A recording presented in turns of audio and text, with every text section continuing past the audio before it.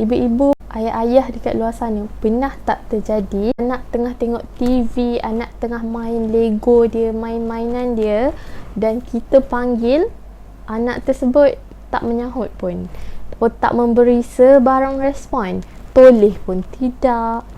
Ataupun ada tak pernah bila anak ni bermain dengan kita ataupun tengah buat homework, buat kerja sekolah, dan dia menung sana, termenung sini, lepas tu sambung balik buat kerja, lepas tu menung sana, menung sini lagi.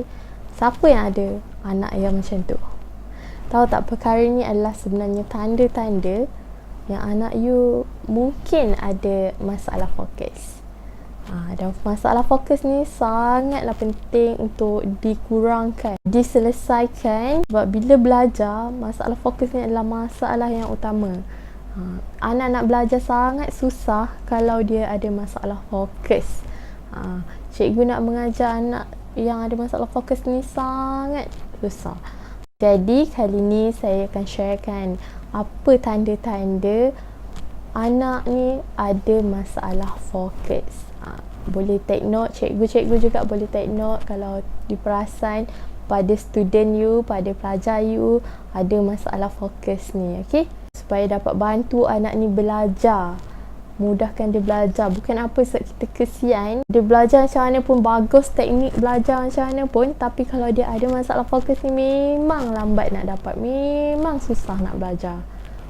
Okey, teruskan menonton. Hai, Assalamualaikum.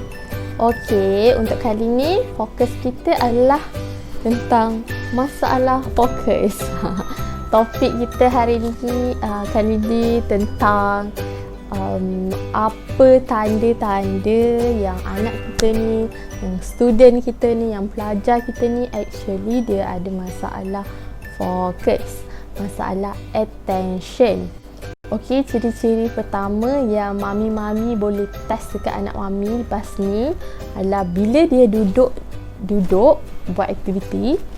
Bila dia buat aktiviti bersama you, bersama orang lain, bukan sorang-sorang. Dia buat aktiviti bersama orang lain sambil berinteraksi dengan orang lain, dia tak boleh duduk lama. Tapi ni depends kepada umur dia. Benda ni bolehlah ditest. Masa umur 6 bulan actually dah boleh test. Okay, untuk yang 1 tahun ni biasanya dia boleh fokus dengan you, sama-sama buat aktiviti, main sama-sama, buat Lego, bina Lego sama-sama, fokus duduk diam buat satu benda tu. Actually dalam, kalau 1 tahun tu dalam 3 ke 5 minit, tu adalah masa yang ideal untuk dia stay fokus. Kalau lepas 5 minit dia tak fokus tu, itu normal untuk umur dia. Tapi kalau umur 2 tahun, dia ambil masa dalam 6 ke 10 minit lah untuk 2 tahun. Kalau umur 3 tahun pula, dia normal adalah 9 hingga 15 minit. Kalau 4 tahun, untuk cikgu-cikgu yang ajar 4 tahun, normal student dia boleh bertahan dalam masa 12 minit ke 20 minit. Kalau you bagi aktiviti apa-apa dengan student you, dengan pelajar you buat homework ke buat apa-apa kerja, actually dia boleh bertahan selama 20 minit je. Kalau lebih tu extra tu adalah benda yang bagus lah. Kalau 5 tahun ke atas, 20 minit ke atas lah. Dan kalau dah sekolah rendah, siapa yang ada anak yang sekolah rendah, actually dia dah sama level dengan orang dewasa, setengah jam macam tu dia boleh fokus. Itu yang normal lah. Syarat dia adalah dia kena berinteraksi dengan you.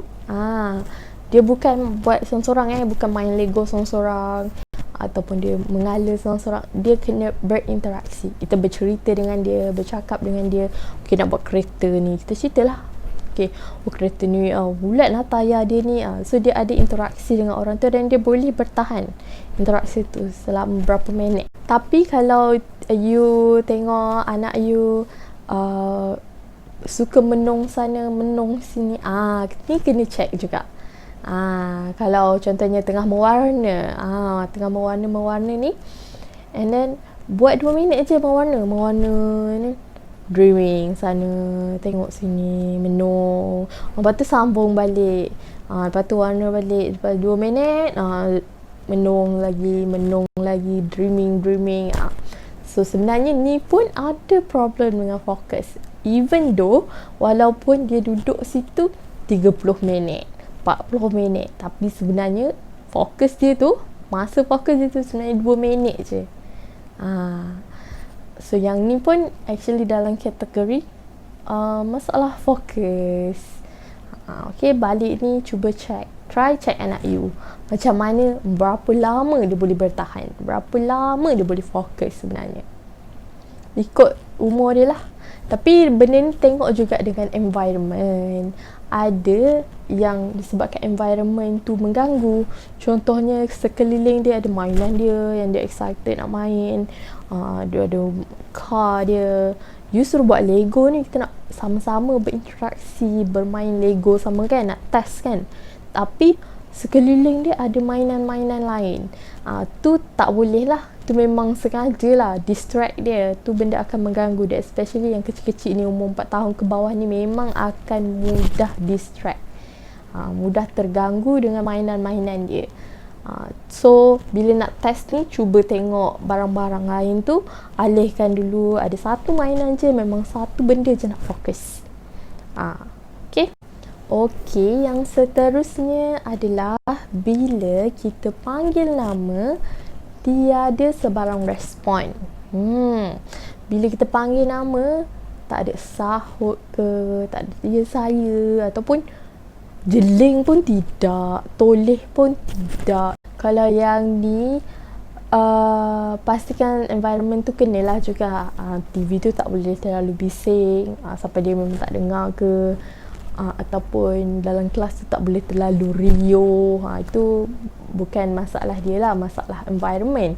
Tetapi kalau TV pun biasa-biasa, dia tengok handphone pun biasa-biasa je, suara tak terlalu kuat ke kan. So this is the problem dengan anak tu sendiri lah, bukan masalah dengan environment lah. Bila contohnya lah kita panggil nama, tiada seorang respon, tak ada sahutan, tak ada ya saya mami terus datang kat you ke, ataupun dia tak menoleh, ataupun respon sikit pun okey. Contohnya gerak mata, asalkan dia ada respon yang dia tu dengar.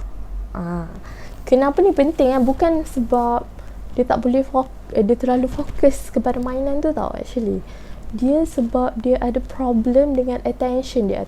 Nama dia channel attention. Channel attention ni maksudnya otak dia nak proses dua benda dalam satu masa. Contoh macam kita lah, kalau kita belajar, kita dengar seminar ke apa kan, kita sambil kita mendengar, kita boleh mencatat. Kita boleh buat dua benda dalam satu masa.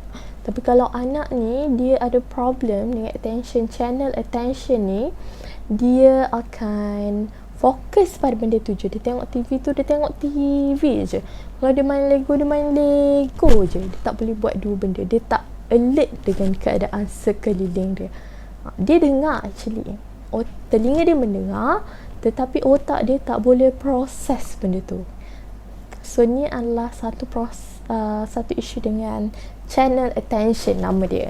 So kalau bila you panggil anak you tak ada respon, ataupun mostly 80%, kalau you test lah, cuba test kat rumah, test 80% dalam 6 kali dia menyahut, 7 kali tu dia menyahut. So tu kira okey lah. Mungkin ada gangguan-gangguan lain yang menyebabkan dia tak menyahut sebelum ni.